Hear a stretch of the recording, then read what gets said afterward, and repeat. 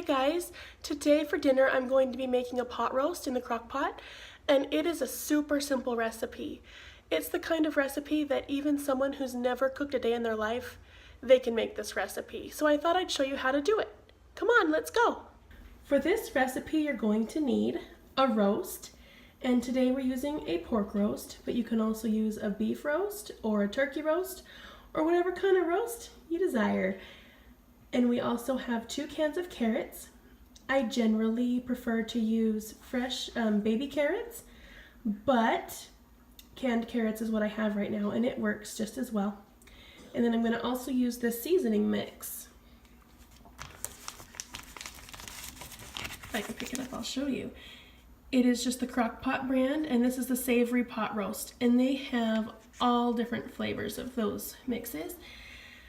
And yeah, that's all it takes. So come on, I'll show you how to make it. So the first thing that I do is I spray my crock pot with non-stick spray, and then I put my frozen roast right into the sprayed crock pot. The next thing you're going to do is surround the roast with the carrots.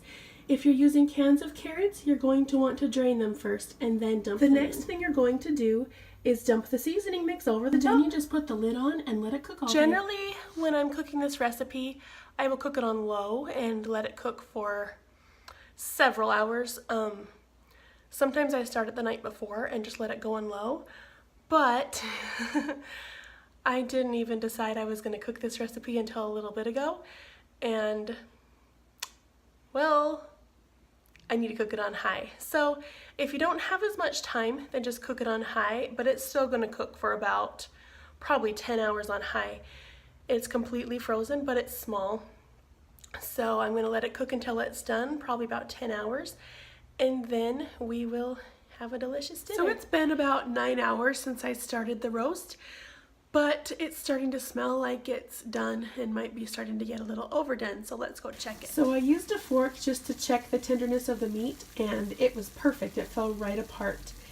I'm noticing that through the camera it looks a lot pinker than it does in real life.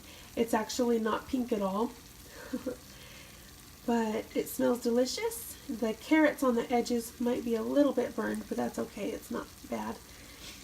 And we are ready for a yummy dinner. And here we have it, lots of carrots with seasoning on them and some meat and a big glass of orange juice to hopefully get rid of the colds. So that's our dinner. It might not look very beautiful, but it's delicious.